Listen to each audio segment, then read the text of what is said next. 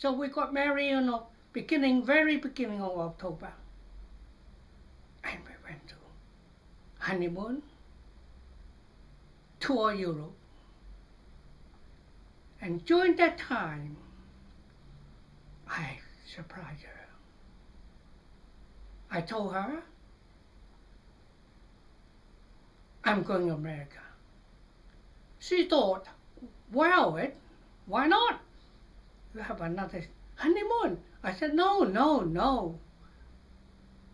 I'm going to work there.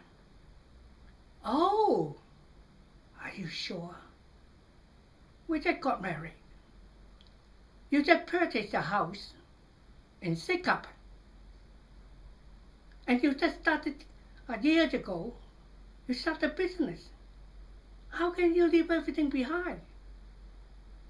I said, well, this is the idea that I came back from Hong Kong, get further education, learn more about my skill. I always dreaming to go to America. But even after I have the diploma, I have written more than 100 letters to 100 different hospitals in America. They all accepted me, offered me a job, but impossible. People born in Hong Kong took about 10 years to get the immigration visa. So none of the hospital confirmed to offer me a job, even they interested. But this time it's different. A very famous doctor in Philadelphia, Dr. Simon Kramer, wrote to my professor, Dr. Jennings, asking him to help, looking for a young, bright scientist to help him to train radiation therapy doctor. At that time, most of the doctors for radiotherapy are imported from either England, Europe, and other countries. In America, there is no training. The State Department decided to train 500 doctors as soon as possible. So Dr. Kramer is a very important, very aggressive doctor, very brilliant doctor.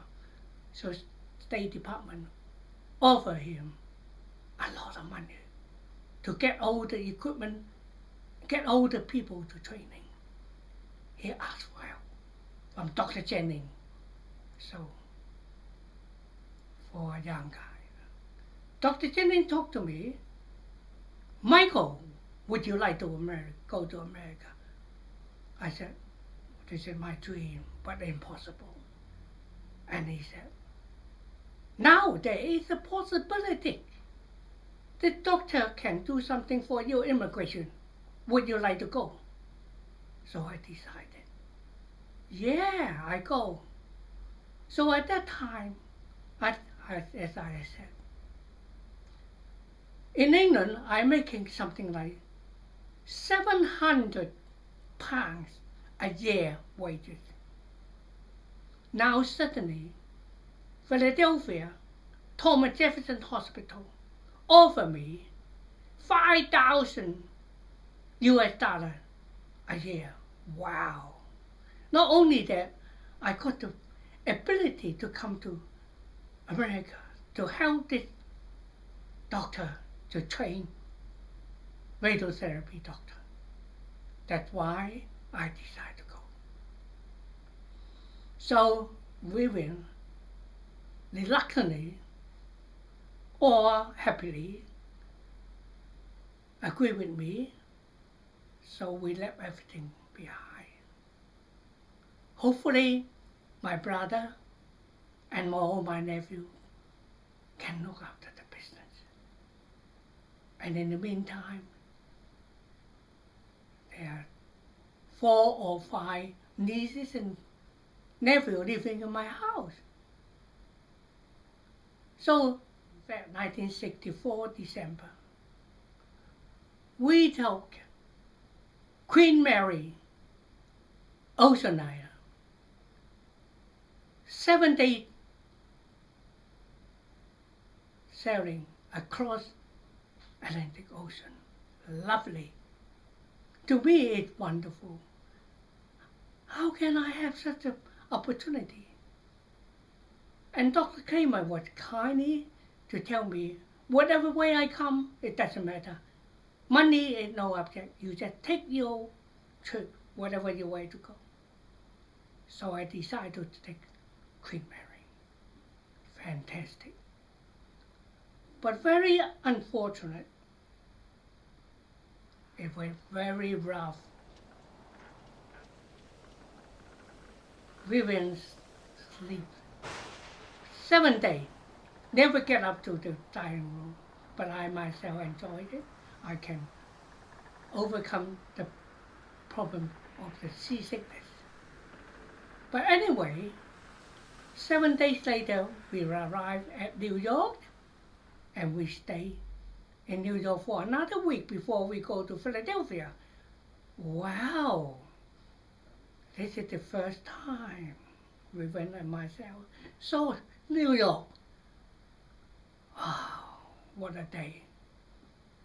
So I feel so happy. I said, wow, this is another beginning of my life. And hopefully I can do well, helping this doctor to train people in America. So I meant to stay for 1 year. It turned out to be 3.5 years at Philadelphia.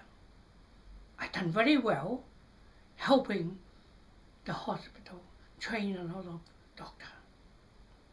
But unfortunately, I have to leave. Even the hospital get all the senators sponsor me, struggling for changing my visa. But unfortunately, impossible, because I have signed a contract in American Embassy in London.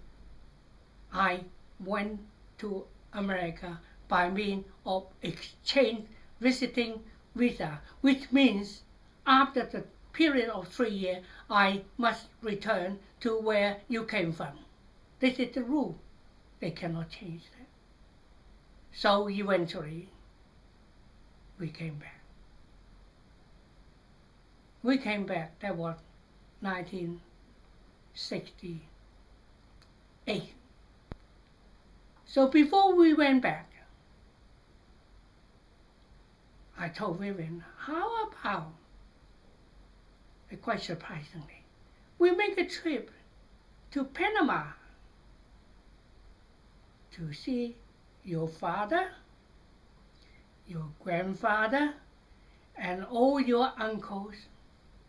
And she was very excited to accept my offer. And that was the first time we